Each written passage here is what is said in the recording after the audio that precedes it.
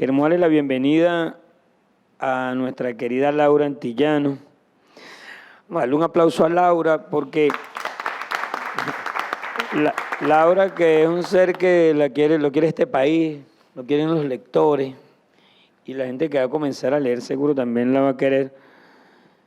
Siempre es una invitada de honor para cualquier escenario que tenga que ver con la literatura, con las letras venezolanas y con la promoción de lectura. Una reseña siempre se quedará corta para ella y mis palabras también. Lo bueno es que vamos a tenerla también, así como todos los que están aquí, durante 3 días en la feria. Y aunque no sé cómo estará, si tendrá disposición para las entrevistas, yo sé que Laura siempre tiene algo que aportarle, no solamente a este evento, sino a la historia de la literatura de este país, de América Latina, pero también a la historia, más allá de las letras. Laura Antillano, nacida en Caracas, escribe novelas, cuentos, ensayos, entrevistas, crónicas y poesía, además de guiones de cine, radio y televisión. Profesora universitaria y tutora de talleres de escritura creativa. Se destaca como compiladora de las antologías del cuento venezolano para niños, Espigas Blancas, En el corazón del tiempo y Leer a la orilla del cielo. Preside la Fundación La Letra Voladora y coordina el encuentro con la literatura y el audiovisual para el niño y jóvenes en Venezuela. Fue premio de cuentos del Diario El Nacional en 1977, premio al mejor guión del Festival Internacional de Cine de Mérida en 1986, premio de la Bienal José Rafael Pocatera en el 2004 y nuestro Premio Nacional de Literatura en el año 2015.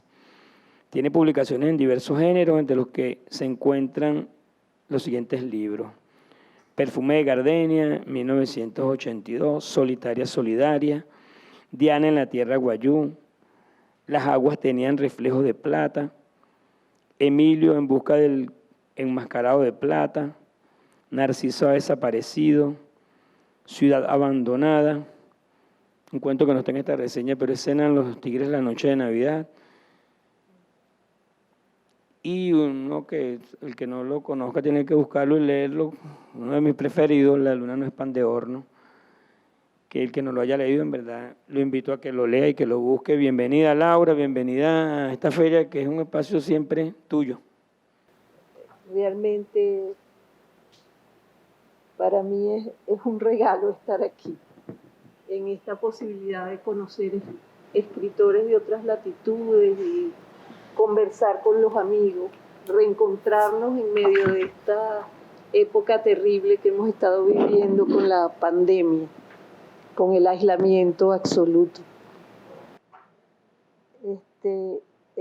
La propuesta de que escribiera como escritor para niños, ¿qué pasaba cuando uno es escritor para niños?, me puso a pensar en el hecho de que yo no creo que uno escribe distinto cuando escribe para niños que cuando escribe para adultos. Y yo tengo más libros en general dedicados al público en general del adulto que al niño, ¿no? Sin embargo, la posición frente al niño implica revisar no solo al niño que fuimos, sino que a los niños que vamos viendo y que conocemos y que hemos tenido. Y hay otro sistema de relaciones, pero no creo que tenga que ver con el modo como nos enfrentamos a lo que escribimos. Cuando era niña resultaba la más tímida de mi grupo familiar. En el contexto de mis hermanos éramos 7, la cifra más regular por lo demás en nuestras familias de primos y allegados. Era de las que se aislaban a disfrutar la felicidad de leer las tiras cómicas que venían encartadas en el periódico de los domingos. Pienso que la lectura me proporcionó desde entonces un interés inusitado y de trasfondo un modo de conectarme con el mundo y, aunque parezca paradójico, un modo también de saberme parte de la humanidad, casi sin darme cuenta. Los libros fueron pues un aliciente importante para tener compañía, dado que mi timidez constituía una barrera difícil a la hora de acercarme a otros. Y los libros, en cambio, me abrían las puertas mostrándome personajes, paisajes y tramas que me conectaban muy íntimamente con sentimientos y haceres de esos otros. en mi época como en las del pasado y posible futuro, eliminando toda posibilidad de perturbación directa, dado que si algo me era descubierto en ellos, los propios libros, y me perturbaba por miedo o conmiseración, podía cerrar el libro simplemente o dejarlo descansar un poco y retornar a él cuando mi espíritu o disposición de ánimo lo consideraran. Así fui leyendo, en cuanto aprendí, todos esos libros clásicos conocidos como parte del itinerario de la literatura infantil, y viviendo sus tramas y paisajes, me fui enamorando de la literatura en general y de su encaminamiento. La posibilidad de escribir nació de esas lecturas, y desde el principio, cuando comencé a hacerlo, no escribía para un lector o público determinado. Salían mis primeros libros publicados, y no tenían nunca ese propósito, eran para ser leídos nada más, sin definir un interlocutor o lector. Entiendo el propósito de este tema de la postura de los escritores en el coloquio como una revisión de razones y circunstancias alrededor del hecho de escribir para niños. Incursionando en los orígenes de mi trabajo, encuentro entonces algunos hilos conductores. Yo me inicié en el teatro de títeres cuando era estudiante de letras en la universidad. Escribía piezas en colectivo con los compañeros y los temas surgían del trabajo mismo, en la praxis de improvisación, en ese chímpete chámpata. Pero creo que empecé a escribir cuentos para niños, habiendo publicado ya obra destinada a otro tipo de público, cuando nació y fue creciendo mi hijo mayor. Era para él. El primer cuento editado con estas características fue ¿Cenan los tigres la noche de Navidad?, que surgió por una pregunta que él me hizo cuando fuimos al zoológico y nos conseguimos con muchos cachorritos de felinos que recientemente habían sido traídos de otro lugar. El zoológico los había comprado y los había traído solos. Y fue realmente insólito esa visita al zoológico, donde habían solo cachorros de puma, de tigre, sobre todo de felino. Y él estaba tan sorprendido como yo. Pienso que cuando escribo libros que terminan editados para un público infantil, lo esencial es que los protagonistas de las historias que relato son niños o niñas o jóvenes, sean quienes sean, tienen un modo de sentir y responder a las exigencias de la realidad que los convoca. Sergio, mi hijo, me preguntó, tendría 7 años, ¿dónde estaban los papás y las mamás de esos cachorritos? Realmente era lo que más le alarmaba, ¿no? Y eso me llevó a escribir este cuento. Pienso que escribir para niños estableció esa relación, pero escribir para todos simultáneamente. Para esta reflexión solicitada como escritora de literatura para niños, elegí algunos de mis libros publicados para ese sector, publicados por las editoriales para ese sector, que han tenido más éxito por reediciones, y el revisarlos me puso a pensar en cómo están definidos los protagonistas de esos libros. Y en general me di cuenta de que son niños para quienes no les ha sido fácil la conexión con la sociedad y la van construyendo en el día a día. Escogí Diana en la Tierra Guayú, Emilio en busca del enmascarado de plata, Si tú me miras y La vida secreta de Abuela Margarita. Los primeros son novelas y el último es un cuento. Sin establecer orden de publicación entre ellos, me limitaré a recordar cómo los fui escribiendo y los parabienes de la construcción de sus tramas. En conjunto percibo que hay un hilo conductor en sus historias que pone en evidencia una acción de larga data, en la cual lo principal es que los protagonistas están viviendo circunstancias que los ponen a prueba en el camino de su crecimiento con relación a sus ubicaciones en contextos sociales donde son nuevos y van entendiendo en qué consiste eso de encajar, determinar la relación con sus iguales y descubrir el cómo pasar a sentirse parte de grupo. Ello lo infiero ahora releyéndolo. Es decir, de nada de esto tenía conciencia, releí mis propios libros y me doy cuenta de que mis protagonistas no son niños que tengan una vida perfecta o un contexto donde todo esté resuelto, sino que tienen que irlo resolviendo. Estas disconformidades, el sentirse diferentes o frente a discordancias ante lo desconocido e inaprensible, tan frecuente en confrontación con lo óptimo, lo adecuado y lo perfecto, son en el fondo el tema de toda mi literatura. Diana en la Tierra Wayuu es una novelita breve que resume la vida de dos niños en un encuentro fraterno, amistoso, y el punto que los pone en contacto es el de que tienen diferencias con los otros niños de su grupo escolar y eso los hace raros o extraños ante el contexto general del salón de clase. Diana es muy alta para su edad, que es la misma edad de sus compañeros. En el salón es la de mayor altura. Tiene un problema visual de nacimiento y el asunto es que ella no ve de un ojo y ello no le permite mirar lo escrito en la pizarra desde lejos. Pero como es la más alta del grupo, su asiento en el salón está al fondo del salón. Huya, su compañero en la escuela, es un niño de la etnia Wayuu, lo que lo hace también un raro frente al grupo. Estas razones los hermanan y los llevan a ser los mejores amigos en ese grupo de la clase.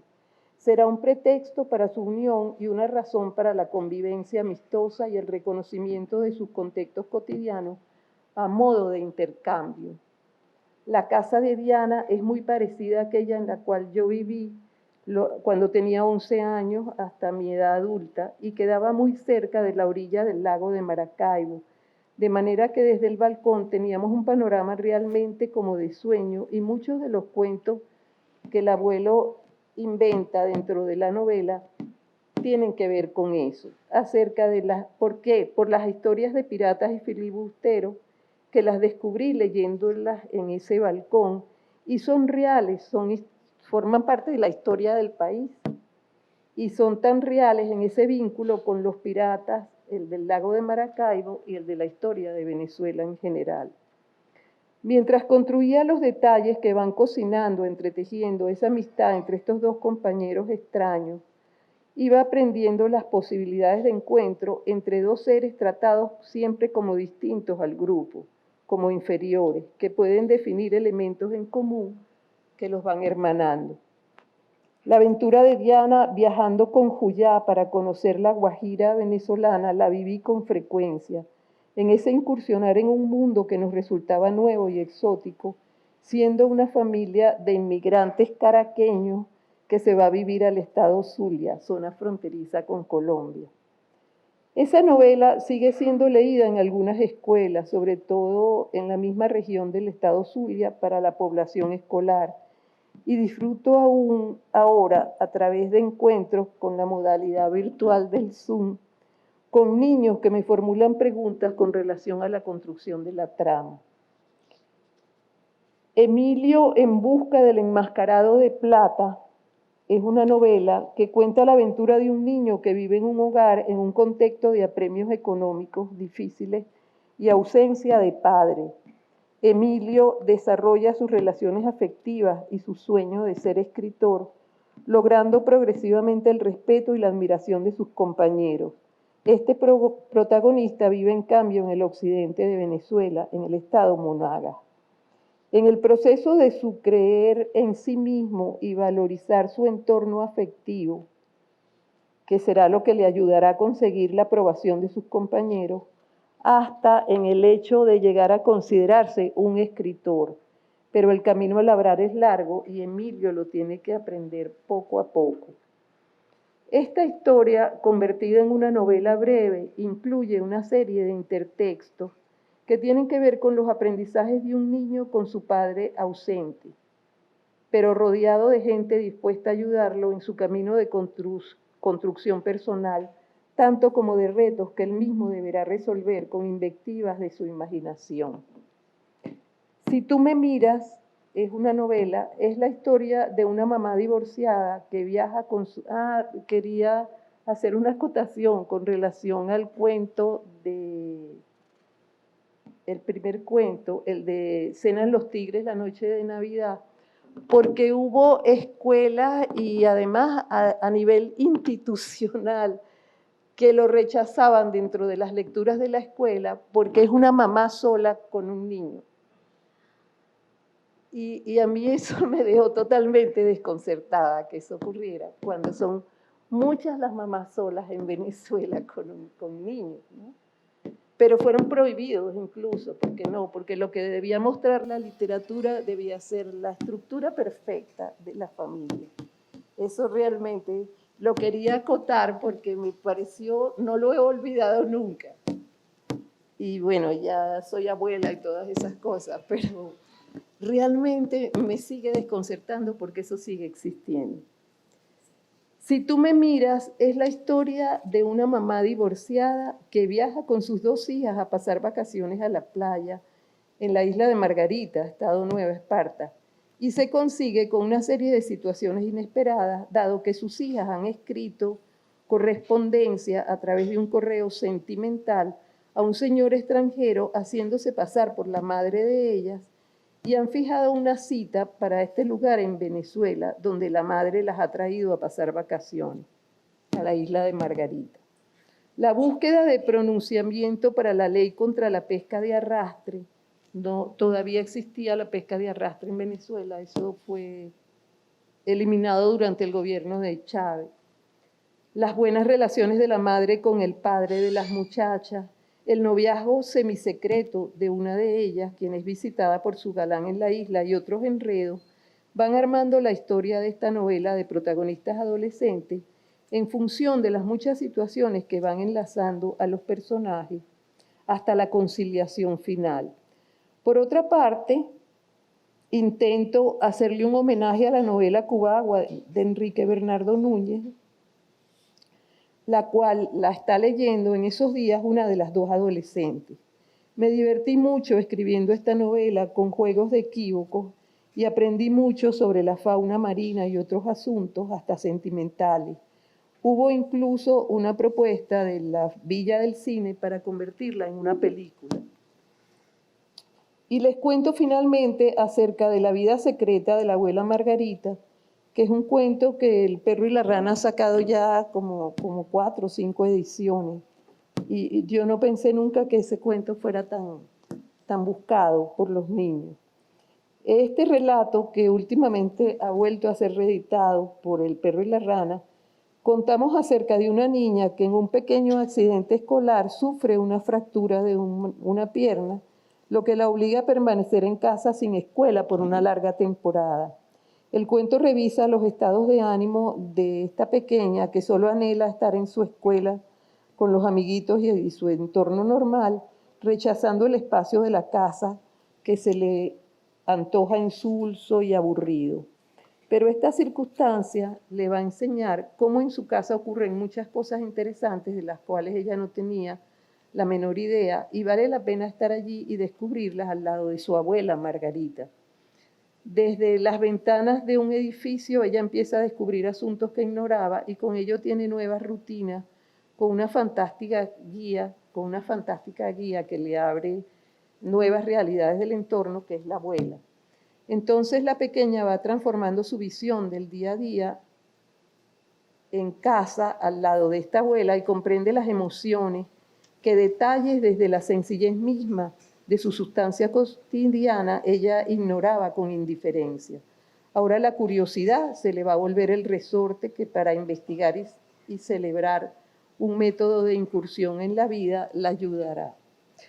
Pienso que la lectura de la literatura siempre plantea un diálogo interno en el lector consigo mismo, y ello incluye lo que leemos muy tempranamente en la niñez, y la realidad del texto en su franqueza es captada por el buen lector, quien la hace suya en la medida que siente que se acerca al mundo que está él mismo investigando. Quiero ser enfática en la consideración de que cuando escribo para niños o jóvenes, no adopto una pose distinta cuando escribo para adultos. El proceso es el mismo, es un hilo conductor que voy llevando mientras escribo. Así puedo tener ideas sueltas iniciales que van apareciendo en la misma medida en que la escritura se desarrolla y construyo las imágenes de los personajes en la medida en que voy formalizando la trama de las historias. Puedo detenerme si al releer lo escrito algo no me suena, no me resulta convincente, entonces lo medito. Puede que ello ocasione, al reiniciar la escritura de algunos pasajes, y voy retomándola en la vida del proceso de mi propio convencimiento con relación a lo narrado en la construcción de la trama en progresión. No creo en la literatura didactista con pretensión de dar lecciones, acerca de lo cual los niños se dan cuenta de inmediato y ponen el libro de lado. La literatura que me enamoró desde niña no tenía miedo de asustarme o desilusionarme, era literatura, y yo aceptaba esa convención como un pacto necesario. Aplaudo la noción planteada por la escritora brasileña Marina Colasanti cuando dice que la función de la literatura no está en el refuerzo de las instituciones, ni en la reproducción de patrones morales vigentes. La literatura se vivifica en la constante búsqueda de perfeccionamiento y crecimiento social. Literatura y didáctica moral son incompatibles. Siempre hay una incógnita cuando un libro que has escrito sale a la calle. No sabes cómo será leído, ya sea de ediciones para niños, jóvenes, adultos, y queremos saberlo como autores. Siempre hay una incógnita. Las visitas a las escuelas para conversar con los jóvenes lectores siempre me han impactado y espero un grado de sinceridad sin convenciones docentes, porque a veces los niños y los jóvenes me han planteado asuntos muy interesantes e inesperados de su percepción de algunas de mis historias, y eso me gusta. Es interpretar desde sus lecturas individuales y ello está en correspondencia con sus propias historias personales generalmente. Lo que leemos nos marca sensiblemente, se queda con nosotros en alguna parte de nuestra memoria y sentimiento y pasa a ser territorio del sedimento de lo que vamos a ser o somos como personas. Por eso es tan importante la lectura en su juego de interrelaciones. Y cierro estas consideraciones con palabras del escritor Enrique Pérez Díaz, que suscribo con humor. Él dice: cuando escribo siento que todas las fuerzas del universo están conmigo, que de alguna manera mi acto de creación refleja un afán de justicia y redención para mí y hacia aquellos que me puedan leer. No me importa si son niños o adultos.